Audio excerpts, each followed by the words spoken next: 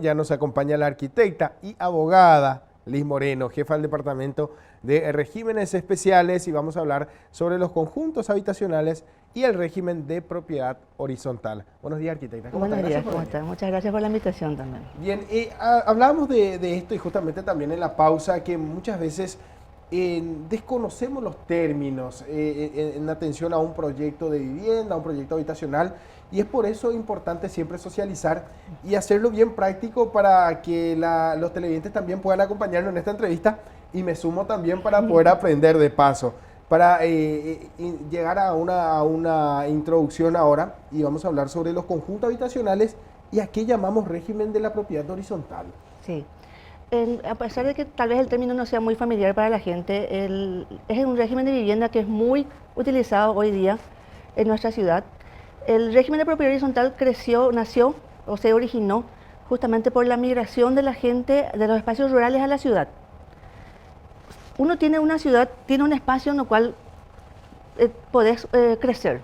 Llega un momento que esa ciudad ya uno no puede más crecer, ¿verdad? No puedes más extenderte. Entonces uno tiene que empezar a crecer para arriba. Y ahí es donde nace el régimen de propiedad horizontal, que básicamente comenzó con el tema de los edificios de departamentos. Uno tiene una propiedad encima de otra, de ahí el nombre propiedad horizontal. Permite una propiedad y encima permite otra y encima otra. Es que así nació el concepto en sí. Hoy día ya tenemos una más. zona que siempre tiende al desarrollo, Por donde supuesto. el espacio físico del problema, y en vez de, digamos, hablar de un espacio bien, en un área bien amplia, vamos para arriba. Perfecto, así mismo. Lo que pasa con Asunción. Asunción ya está totalmente rodeada de otras ciudades, otras urbes, totalmente también desarrolladas. Asunción no puede extenderse más. ¿Qué tiene que hacer? Se tiene que densificar. Lo que pasa hoy día, por ejemplo, la mayoría de la gente tiene que trabajar en Asunción, pero en Asunción ya no hay más espacio para viviendas comunes. ¿Y qué hace?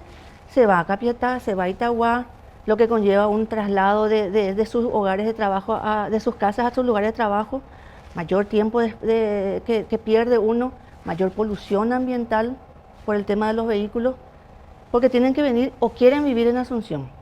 Y eso es lo que, por ejemplo, en esta zona donde estamos, la cantidad de edificios de departamentos que se están desarrollando, para arriba, o conjuntos habitacionales en las cuales las unidades habitacionales son menores que en una vivienda normal.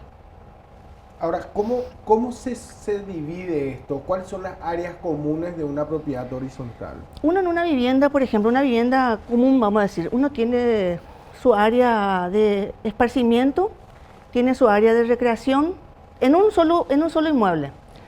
Eso hace que de repente como que los costos suban, porque tenés todo para vos nada más. La idea acá justamente es juntarse un grupo de personas y compartir esas áreas de esparcimiento. El quincho que te podría costar a vos solo X cantidad de dinero, si se juntan entre varias personas, por decirte 10 unidades, 10 viviendas o 10 familias, tienen un quincho compartido, un área común compartida que sería el quincho o una piscina, y eso hace que ese costo, en vez de asumir o absorber totalmente una sola familia, se distribuya entre 10 familias. Entonces es algo más accesible a la gente. Para esto, ¿existe una escritura pública? ¿Interviene de El escribano, forma? exactamente, sí. ¿Cómo se hace? En el régimen de propiedad horizontal está arreglado por el Código Civil, básicamente. Tiene que haber una aprobación municipal, por supuesto, porque el municipio en sí tiene que estar siempre como que normando la convivencia. Tiene que haber una asignación de la nomenclatura catastral por parte del Servicio Nacional de Catastro, y posteriormente el escribano o notario tiene que protocolizar todas estas aprobaciones que tuvimos y lo tiene que escribir finalmente en la Dirección General de los Registros Públicos para que tenga efecto finalmente este régimen. Es decir, que tiene que aprobar todas estas exigencias Sí. antes de encarar este tipo de proyecto. El régimen de propiedad horizontal es algo muy particular porque permite hacerlo esto sin que precisamente el proyecto esté construido totalmente. El Código Civil lo permite. Es por eso que es lo más utilizado para proyectos de inversión. Los desarrolladores inmobiliarios pueden tener un proyecto, por ejemplo, de un edificio, y a medida que lo van construyendo, ya tienen el régimen armado, y a medida que lo van construyendo, lo van financiando con las personas que van comprando las unidades. En cuanto a los derechos de copropiedad, ¿cómo se estipula esto? A través de un reglamento de copropiedad en la cual está inserta una planilla de copropiedad. En esta planilla de copropiedad se establecen claramente las áreas comunes, las áreas propias, que competen a cada uno, y eso se protocoliza y queda en el título de propiedad de cada uno. Y el título de propiedad es lo que después te da el derecho de lo que te corresponde, junto con los planos, por supuesto, en los planos arquitectónicos. ¿Para esto hay un régimen de copropiedad en condominio, por decirlo de cierta forma, o eso ya corresponde Y mira, justamente yo siempre recomiendo, son términos muy similares, condominio con copropiedad. En este régimen realmente lo que se utiliza es la palabra copropiedad, no es tanto condominio. En una copropiedad puede haber un condominio, o sea, yo puedo tener una unidad de propiedad horizontal en condominio, la misma unidad con otra persona. Condominio, que significa que son dos personas dueñas de un mismo inmueble. Copropiedad lo que significa es que yo soy dueño de una parte exclusiva mía y soy copropietario de las áreas comunes, soy copropietario forzoso. Yo no puedo renunciar ni no puedo eximirme de las obligaciones de las áreas comunes. O sea, es importante definir esto porque Exactamente. De cierta forma, como bien decías, es muy similar, Pero no igual. pero no igual en cuanto a las atribuciones que uno pueda tener o en cuanto a la división Sí, así específica de lo que le corresponde, ¿no? Así mismo.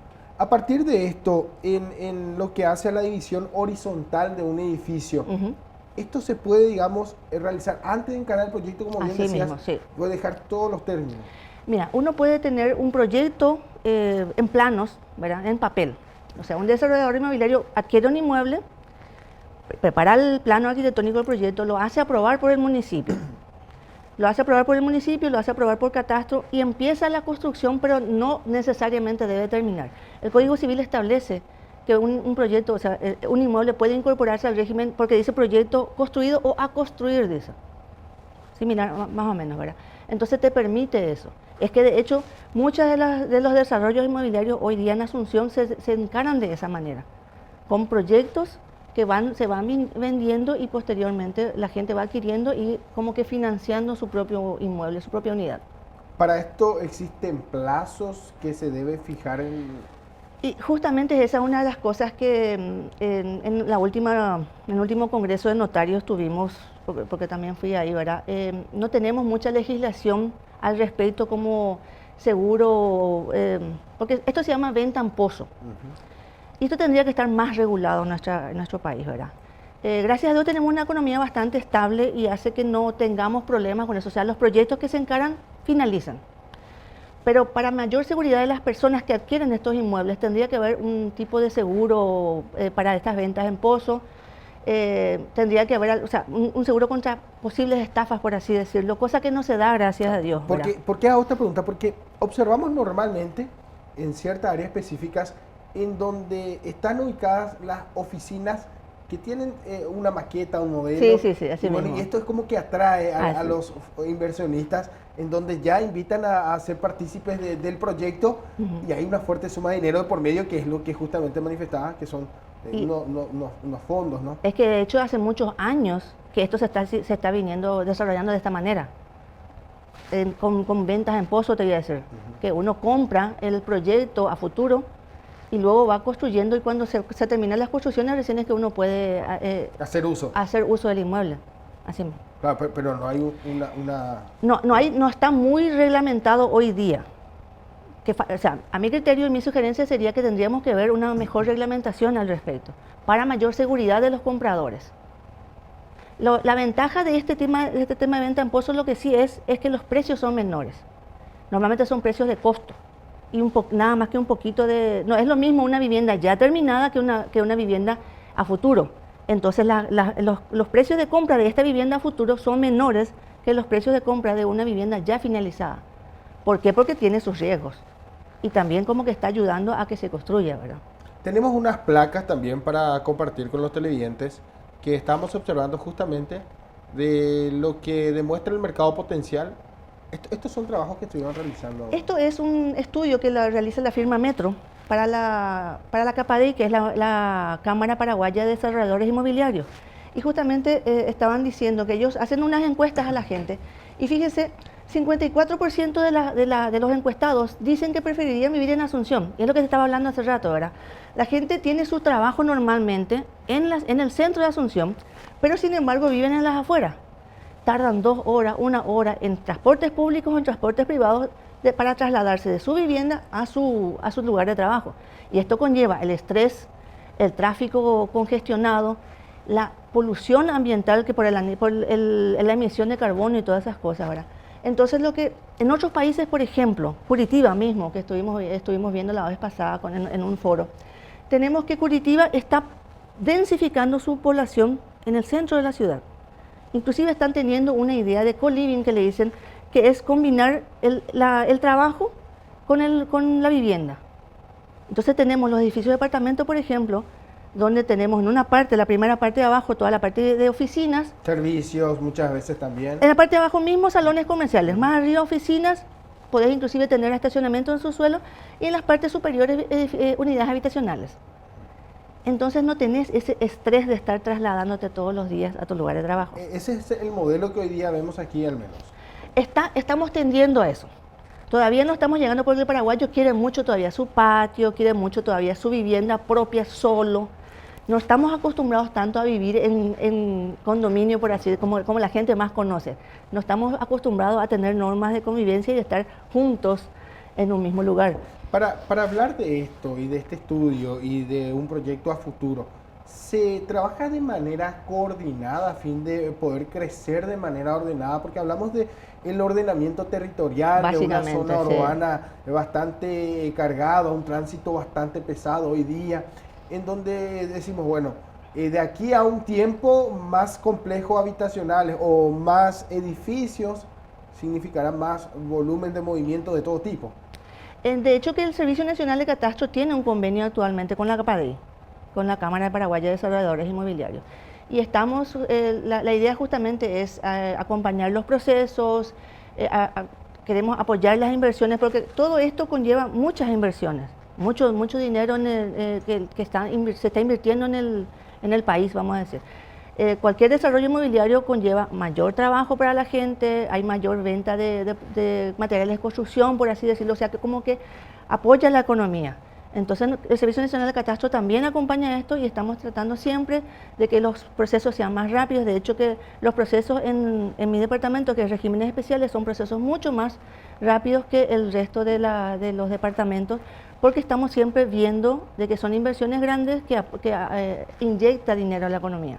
Estamos hablando de propiedad horizontal siempre. Y de todo esto, pero hay una denominación que es la propiedad horizontal tumbada también a esto que, digamos, se puede entender por no crecer para arriba, sino que... El tema está que el régimen en sí se llama propiedad horizontal, pero yo siempre digo que el régimen este es tan amplio que puede permitir todo tipo de desarrollos y hay cosas que ni siquiera todavía imaginamos que puede venir, vamos a decir. Comenzó con los edificios de departamentos, ese es su original, vamos a decir. Pero empezaron después a realizarse otro tipo de proyectos, como por ejemplo clubes de campo, los barrios cerrados. Eso es una... ¿Qué son más o menos eso es lo que estamos viendo ahí. Los barrios cerrados normalmente se ven en las zonas urbanas. La gente confunde mucho barrio cerrado con loteamientos. Pero lo que tenemos que en los barrios cerrados las unidades son más pequeñas que los loteamientos y el régimen es un régimen de convivencia siempre que se tiene. Y fíjate que en un barrio cerrado lo que más la gente le llama la atención y le atrae es el nivel de seguridad que uno puede tener ahí. ¿Por qué? Porque se tiene un cerramiento, una muralla completa que rodea el barrio cerrado. Toda el área perimetral. Exactamente, y un único acceso que monitoreado 24 horas por un portero y guardias. No es lo mismo con el lotamiento, que en el lotamiento las calles son públicas, por así decirlo. En cambio acá tenés todo cerrado y tenés el nivel de seguridad que hoy día mucha gente busca, ¿verdad? Y a esto iba justamente mi consulta anterior, en decir de cómo se crece de manera ordenada en atención a que, si bien estamos hablando de un espacio físico determinado, muchas calles son, digamos, van y terminan por estos... Sí, ese es uno de los vamos a decir, inconvenientes del barrio cerrado. El barrio cerrado no está conectado a la ciudad como tal. No tiene una traza, o sea, no es que la calle, como el lotamiento, viene acá y continúa y se proyecta a través del lotamiento y sale del otro lado. Claro, no es decir que hay un portón que te permita... Acá tenemos todo cerrado porque justamente lo que se busca en barrio cerrado es la seguridad. Entonces son como mini ciudades cerradas y crecen internamente dentro de una ciudad más grande. Claro, y esto, digamos, está digamos, dentro de las exigencias o cumple con las exigencias que se tienen cuando hablamos, porque muchos hacen ese reclamo muchas veces de que tienen que hacer un giro durante, o al menos al tratar de pasar de una zona a otra, porque se interrumpe la interrumpe, calle, ¿no? sí, eso sí.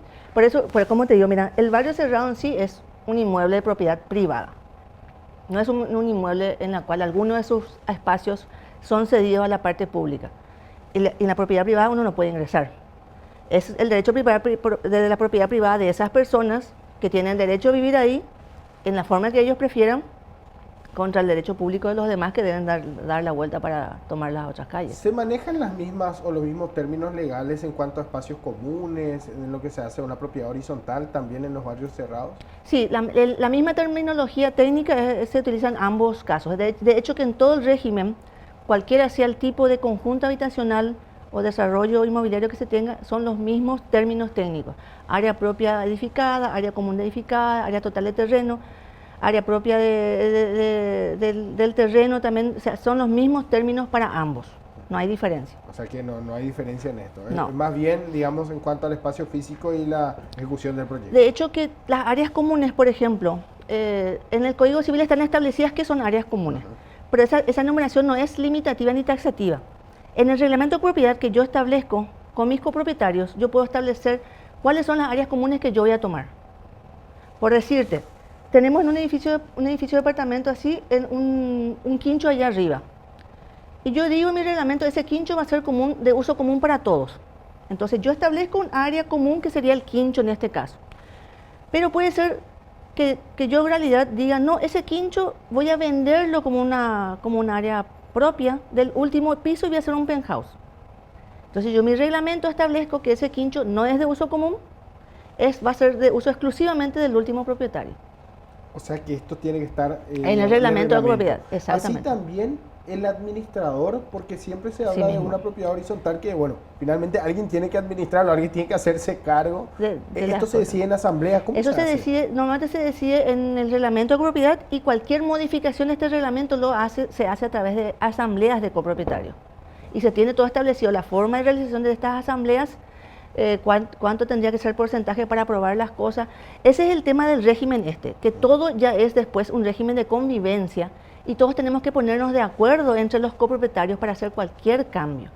Yo no puedo comprar una unidad propiedad horizontal y decir, no, hoy yo quiero tirar toda mi casa y quiero construir de otra manera. No, yo tengo que pedir permiso para hacer cualquier modificación a la unidad, por más de que esa unidad sea mía sola, por más de que esa unidad tenga un área propia exclusiva de dominio mío. Como estoy en un régimen de copropiedad forzosa, yo tengo que pedir permiso a mis copropietarios. Es decir, que para cualquier modificación, se hace una asamblea. Si esa modificación afecta a los demás copropietarios, con más razón. Tenemos más placa para compartir. Bien, estamos conversando justamente en líneas generales para poder interpretar de cierta forma de cómo estamos hoy día en este avance hacia las propiedades horizontales, como bien decías, que es un desarrollo que se observa aquí al menos en la zona de capital, también en otras áreas específicas. Que, bueno, de cierta forma también tiene que tener un arropaje en cuanto a las garantías jurídicas, ¿no? Y en esto se ha avanzado. Se está teniendo un proyecto de ley, porque siempre es muy difícil presentar proyectos de leyes más bien técnicos, porque estos son muy técnicos ahora. Se está teniendo proyectos de ley con respecto a la seguridad, un seguro de garantía. Se está viendo eso. De hecho, como les digo, es una preocupación que se tiene dentro de los gremios de los notarios, escribanos, etcétera, de establecer cierto tipo de ropaje, darle algo más de seriedad y de seguridad a las personas que adquieren esto. Se está estudiando, se tiene en estudio. O sea que, digamos, estamos en proceso. Sí, lo bueno de todo esto es que hay muchas cosas para hacer, ¿verdad? Tenemos bastante regulado, te voy a decir, pero siempre se puede mejorar, todo es mejorable, ¿verdad? Y se puede establecer mayores normativas para dar mayor seguridad, eso es categórico. ¿Se tiene, digamos, de cierta forma algún control, algunos datos de cuántos emprendimientos en estos últimos años, o en porcentaje al menos de inmuebles o de propiedades o de proyectos al menos de intención para estos proyectos horizontales? Según estos estudios que les estaba mencionando de Metro, que teníamos otra placa, pero por lo visto que no. Hoy día el 90% de la población más que nada acá en Asunción, prefiere, como te dije hace rato, vivir en casas. Tenemos todavía esa mentalidad de vivir en casa. Mi casa propia con mi propio patio, ¿verdad? Y un porcentaje de 5 a 7% de la gente empieza a vivir en departamentos, ¿verdad? En departamentos y un poquito menos en dúplex, porque yo te comento también que los dúplex están siendo... los dúplex son las famosas casas en 2 niveles que pueden o no tener áreas comunes compartidas, pero siempre tiene su acceso propio a cada vivienda. ¿Qué es lo que vemos ¿Qué es lo que estamos justamente? viendo en esa... Y la intención de la gente, si uno le pregunta en dónde querría vivir más adelante, se nota una pequeña disminución en el porcentaje de las viviendas y un mayor aumento en el tema de departamentos y dúplex, ¿verdad? Y yo creo que tarde o temprano a eso vamos a terminar, ¿verdad? Porque como les digo, Asunción ya no puede más crecer. Teníamos que hablar de los parques industriales también. Los parques industriales es una forma, o sea, sería un espacio destinado a desarrollos industriales, ¿verdad? En la cual la idea es tener en un mismo lugar, por ejemplo, una fábrica, o otra unidad en la cual sea la proveedora de materia prima, por ejemplo, otra parte que se dedique a ensamblaje. Entonces, tener en un mismo espacio toda la cadena de la parte industrial, de tal manera que en un mismo lugar se desarrolle todo. En nuestro país tenemos una ley de parques industriales del año 2013, pero en esta ley dice también podrán ser sometidos los parques industriales a propiedad horizontal. Y yo siempre eso recomiendo a la gente, porque en catastro, en régimen catastral, tenemos solamente 2 regímenes catastrales. Uno es el lotamiento, fraccionamiento y otro es propiedad horizontal. No hay más. Con eso es lo único que tenemos, jurídicamente hablando. En el tema del loteamiento, fraccionamiento, uno tiene que ceder las calles a la municipalidad y esas calles son públicas. Y en un parque industrial, ¿qué es lo que buscamos? ¿Qué es lo que se busca? La seguridad de la industria. Porque fíjese, uno ingresa en ese predio y ya se tiene que tener, no pueden entrar nomás en cualquier parte, ciertos cuidados. Maquinarias, por todo lo que entonces, yo siempre recomiendo que los parques industriales se sometan a propiedad horizontal. ¿Por qué? Porque en los parques industriales uno puede tener un cerramiento de todo el inmueble y las calles no cruzan al otro lado, las calles son internas. En cambio, si se somete al régimen del loteamiento, que lastimosamente tenemos muchos parques industriales en ese régimen, tienen que cederse las calles internas. Y ahí uno pierde ya el concepto de parque industrial, que es justamente un espacio cerrado. Pero es una cuestión netamente... Como le digo, la ley es optativa, pues. La ley dice también. Entonces, el propietario puede optar por cualquiera de los 2 regímenes. Y lastimosamente, por desconocimiento, muchos optan por lotamiento y fraccionamiento. Ya no se puede modificarlo. Todo es modificable, gracias a Dios. Todo es modificable, siempre y cuando las calles no se hayan cedido a las municipalidades, uno puede retrotraer este lotamiento, volverlo a unificar como un lote solo y someterlo a propiedad horizontal posteriormente. O sea, se puede hacer. Se puede hacer. Tenemos casos que ya pasaron. ¿Por desconocimiento? Por desconocimiento, no solamente de los propietarios, desconocimiento también de los funcionarios municipales. Como te digo, es una cuestión, coste que no es nueva, no es nuevo el régimen, pero hay mucho desconocimiento por parte de los funcionarios municipales. Es por eso que a través del Servicio Nacional de Catastro, con el proyecto de municipios que ya vino el licenciado, miren el otro día, nosotros estamos proyectándonos para los municipios y dando estas capacitaciones. Yo doy las capacitaciones en propiedad horizontal. Y eso es importante porque hay que, o uno al menos debe entender hasta qué punto puede exigir el municipio. Exactamente. Hasta qué punto, bueno, uno tiene derecho de poder, digamos, desarrollar esto. Así y mismo. de qué manera y conforme a qué. Eso justamente yo les aviso, les comento a los municipios, ¿qué ustedes pueden exigir? ¿Qué tienen que brindar también? Porque fíjese, como estamos hablando que la propiedad horizontal es un inmueble privado, siempre hago hincapié en esto. ¿Qué significa esto? Ni las fuerzas del orden público, sin una orden judicial de allanamiento o un permiso propietario puede ingresar en un barrio cerrado, por ejemplo. Mucho menos entonces el funcionario municipal tampoco puede ingresar si no tiene el permiso del propietario. También en contrapartida, el propietario de una propiedad horizontal, de un conjunto habitacional, no puede exigir que el municipio pavimente las calles internas, haga recolección de basura, por ejemplo. ¿Por qué? Porque el municipio no puede ingresar. Esto, como es un inmueble privado, corresponde, todas esas expensas y estos costos deben estar a cargo de los copropietarios.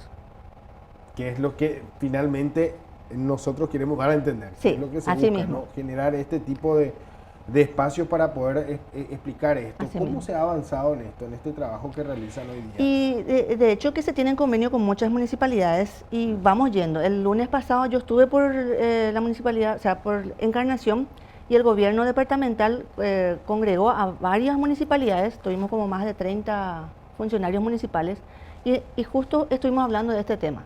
Y ahí uno intercambia opiniones, preguntan, ¿verdad? ¿Cómo se hace esto? No, por acá en la municipalidad me pide informe pericial. El informe pericial, por ejemplo, no corresponde. Y esto, uno le va explicando las cosas, ¿verdad? Y uno finalmente ahí puede entender o puede medir de cierta forma Exactamente. cómo estamos hoy día, ¿no? Así mismo. Muchísimas gracias, arquitecta, por venir. Está, Ya cuando no nos guste. quedamos sin tiempo, tenemos mucho de qué hablar. Mucho, eso es lo sin que le duda, dije. pero nosotros, bueno, siempre hacemos la invitación para que puedan acercarse y puedan explicarnos más. Y de hecho que estamos agradecidos con su participación siempre. Gracias por venir. Muchas gracias.